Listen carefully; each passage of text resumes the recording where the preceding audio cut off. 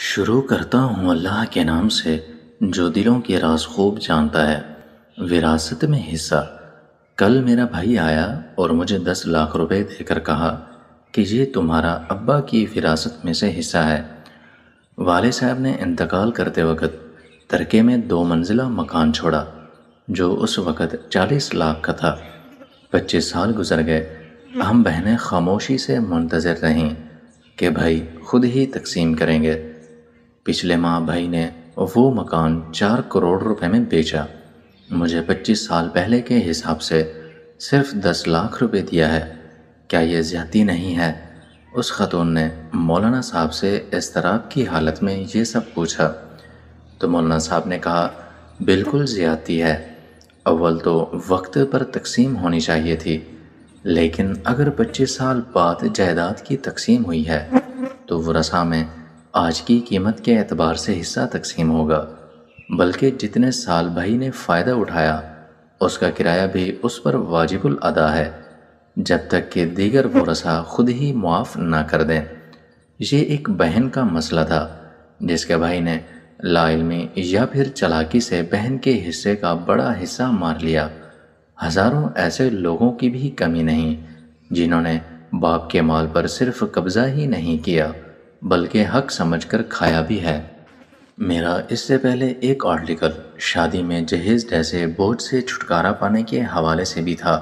کچھ لوگوں نے اس پر کہا کہ ماں باپ چونکہ وراثت میں بیٹی کو حصہ نہیں دیتے اس لیے وہ جہیز دے دیتے ہیں۔ آپ جہیز کو چھوڑیں لیکن بیٹیوں کی وراثت میں حصے کی تو بات کریں جو ان کا وہ حق ہے جو خالق حقیقی نے، جو خالق کائنات نے انہیں دیا۔ جہاں جہیز سے ڈسے لوگوں کی کمی نہیں تھی تو وہاں اعلیٰ تعلیم یافتہ بڑے بڑے عہدوں پر فائز ایسے لوگ بھی ہزاروں میں تھے جو بیٹیوں کا حق دینے کا سوچتے ہی نہیں، اور بیٹیاں روایتی شرم کے زیر اثر سے خاموشی سے گھٹ گھٹ کر عمر بتا دیتی ہیں، زبان سے کچھ بھی نہیں کہتی۔ اگر کوئی غلطی سے کہہ بھی دے تو جیسے کہ اس نے کوئی غبیرہ گناہ کر دیا ہو۔ فیملی میں ہی ایک رشتہ دار اپنے بچوں سے کہہ رہے تھے میرے مرنے کے بعد تینوں مکانوں کو دونوں بھائی آپس میں تقسیم کر لینا۔ تب بھابھی نے قدرے جرأت سے ڈرتے ڈرتے بات کی کہ یہ صرف 2 کا نہیں 5 کا حصہ ہے، 3 بہنیں بھی تو حقدار ہیں۔ تو اس میں سے ایک بھائی نے کم علمی کے زیر اثر سوال کیا جس گھر میں رہائش ہو کیا اس میں سے بھی بہنوں کا حصہ نکلے گا؟ تبھی مولانا صاحب آ گئے۔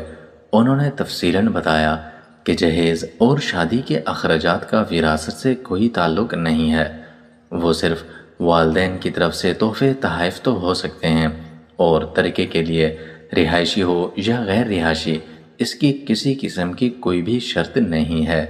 کسی کے فوت ہونے کے بعد اس کی ایک ایک چیز ترکہ وراثت کا مال بن جاتی ہے جس کی تقسیم اللہ رب العزت نے خود کی ہے۔ کوئی بھی اپنی مرضی سے اس میں ذرہ برابر بھی تبدیلی نہیں کر سکتا۔ اس کی تقسیم کا طریقہ یہ ہے کہ سب سے پہلے میت پر کوئی قرض ہو تو وہ میت کے چھوڑے ہوئے مال سے ادا کیا جائے، چاہے قرض دینے میں ہی سارا مال ختم ہو جائے، قرض ادا کرنا ہوگا۔ اس کے بعد اس کی تجہیز اور تکفین کا بندوبست اس کے مال سے کیا جائے گا۔ اگر میت نے اپنے مورثاء کے علاوہ کسی کے لیے وصیت کی ہو تو کل مال کے تیسرے حصے سے اس کو اس وصیت کے زمرے میں ادا کی جائے گی، بقیہ مال مورثاء میں تقسیم ہوگا۔ اس کا باقاعدہ علم الفرائض کے نام سے موجود ہے جس کے سیکھنے کی باقاعدہ ترغیب بھی موجود ہے۔ اب اس حوالے سے باقاعدہ طور پر ایپس بھی بن چکی ہیں۔ آپ کل مال لکھیں اور ورثاء لکھیں تو ہر ایک کو ملنے والا حصہ خود بخود معلوم ہو جائے گا۔ اس وقت ضرورت اس بات کی ہے کہ معاشرہ اپنی اصل کی طرف تو آئے۔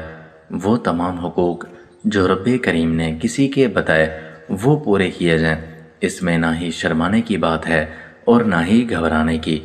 ہاں اگر کوئی اپنا حصہ لینے کے بعد کسی دوسرے کو اپنی مرضی سے دے دے تو وہ ایسا بالکل کر سکتا ہے۔ شرم کا اصل مقام تو وہ ہے جہاں لوگ معاشرے کی اندھی تقلید، ریاکاری، بغاوت کہ لوگ کیا کہیں گے کے چکر میں قرض دار ہی نہیں بلکہ اچھے خاصے لوگ بھی ذہنی مریض اور پھر دل کے مریض بن جاتے ہیں۔ اللہ تبارک و تعالی ہم سب کو ہدایت عطا کرے، آمین بجاہ النبی الامین۔ اگر آپ کو میری یہ ویڈیو اچھی لگی ہو تو میرے چینل کو لائک اور سبسکرائب کر دیں، اور بیل آئیکن کے بٹن کو بھی پریس کر دیں تاکہ ہر نئی آنے والی ویڈیو سب سے پہلے آپ تک پہنچ سکے۔